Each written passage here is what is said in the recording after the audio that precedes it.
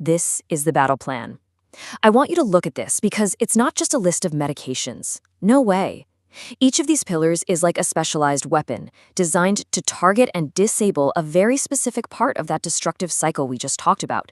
But the real magic, the real genius of it, is how they all work together.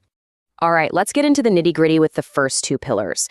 Now, I want you to think of these two as the main circuit breakers. Their whole job is to find those overactive, haywire emergency signals the body is sending out and just shut them down. So the first system in our crosshairs is something called the renin-angiotensin-aldosterone system. Yeah, it's a mouthful. Just call it RAAS. This is that hormonal system that just goes bananas in heart failure. Its job is to constrict blood vessels and make you hold on to salt and water, which, as we saw, just tortures the heart. So Pillar 1 drugs come in and block that system directly. The result? The pressure and volume the poor heart has to pump against finally starts to ease up. Okay, so let's get into the how.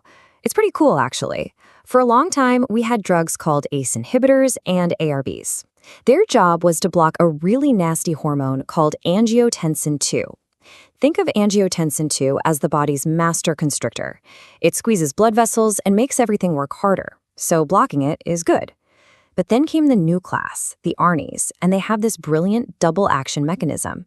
Not only do they block the bad guy, angiotensin II, but they also block an enzyme called neprilysin. Now, why does that matter? Well, neprilysin's job is to break down the body's helpful hormones, the good guys that naturally relax blood vessels and tell the kidneys to get rid of salt.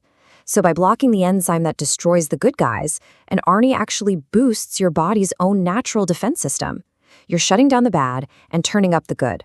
It's an incredible 1-2 punch. Now, with any powerful medicine, you've got to be aware of the potential side effects.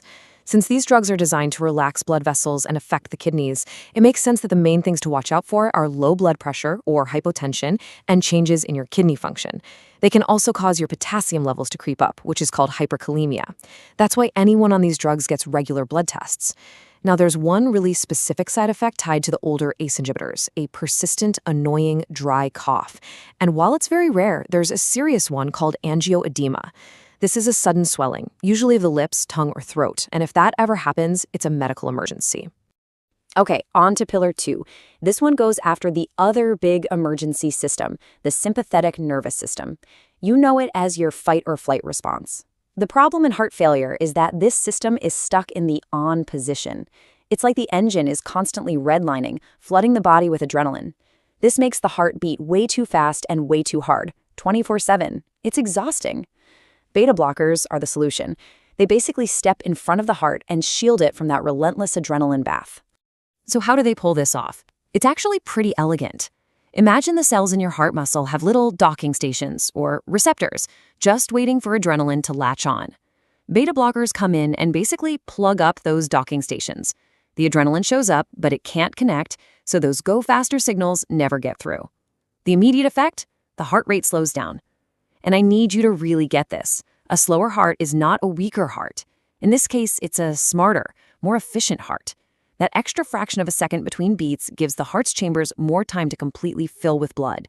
So with every single beat, it pumps out more blood, doing more work with way less effort and using a lot less oxygen. It's about working smarter, not harder. So given what they do, the side effects make perfect sense, right? Their job is to slow the heart and lower blood pressure, so sometimes they can go a little too far, causing hypotension, that's too low blood pressure, or bradycardia, a very slow heart rate. It's also really common to feel tired or fatigued when you first start them, as your body gets used to a new, calmer pace. This is exactly why a doctor will always start you on a tiny dose and then increase it very, very slowly over weeks or even months. And it's also why you'd never start a beta blocker if someone is in the middle of a major heart failure flare-up. In that acute crisis, the body desperately needs that adrenaline kick just to keep going. All right, we've blocked the emergency signals with pillars 1 and 2. Now let's bring in pillars 3 and 4. I like to think of these as the cleanup crew. Their job is to deal with the messy aftermath of that hormonal storm, specifically all that excess fluid and the physical damage, the scarring that's happening to the heart muscle itself. Pillar 3 has a very specific target in mind. It's a hormone called aldosterone, and this guy is a real double agent of destruction. First, it tells your kidneys to hold on to salt and water, which leads to that puffiness and shortness of breath from fluid overload. But it also does something more sinister. It directly causes scarring, or what we call fibrosis, inside the heart muscle. This makes the heart stiff and less able to pump effectively over time.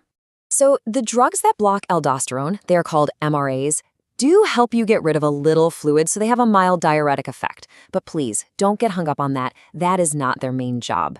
Their number one most important long-term benefit is preventing that scarring. They are literally protecting the physical structure of the heart. They stop it from remodeling in a bad way. And that's a huge deal. Now, just like with Pillar 1, when you mess with this hormonal system, you have to watch the potassium levels. Blocking aldosterone tells the kidneys to excrete sodium but hang on to potassium. So hyperkalemia is the main side effect to monitor with blood tests. And that takes us to Pillar 4, the newest kid on the block and honestly a total game changer. These drugs are called SGLT2 inhibitors. And the crazy thing is, they were originally designed as diabetes medications. But then, in these huge clinical trials, researchers noticed something incredible. They dramatically reduced hospitalizations and death from heart failure. And get this, it worked even in people who didn't have diabetes at all. It was a massive welcome surprise. So what's the secret sauce here? Well, the honest answer is that we're still figuring out all the details. We know the most straightforward part of their mechanism. They work on the kidneys, making them dump out excess sugar and sodium into the urine, so that gives you a nice diuretic effect. But that doesn't explain the huge benefits we see. The leading theory is that they have a direct, positive effect on the heart muscle's metabolism. They seem to help the struggling heart cells use their fuel much more efficiently. In terms of side effects, because you're excreting more sugar in the urine, there's a higher risk of urinary tract infections, and there's a very rare but serious condition called euglycemic DKA, where the blood can become acidic, that everyone needs to be aware of the signs for. Okay, so those 4 pillars are the foundation. They are the core drugs for improving survival. But they're not the only tools a doctor has. There are other medications that are absolutely crucial for managing symptoms day to day, and for those times when the 4 pillars just aren't quite getting the job done on their own. And this is a really, really important point to understand. Let's talk about diuretics, like furosemide. These are the workhorses. When someone is feeling short of breath, when their legs are swollen, these are the drugs that pull that excess fluid off and make them feel so much better. They are vital for quality of life. But, and this is a huge but, they don't change the long-term course of the disease. They are for symptoms. The 4 pillars are for survival. You treat the symptoms with diuretics, you treat the cause with the pillars. So here's a scenario. What if someone is on the max possible dose of their beta blocker, but their heart rate is still stubbornly high?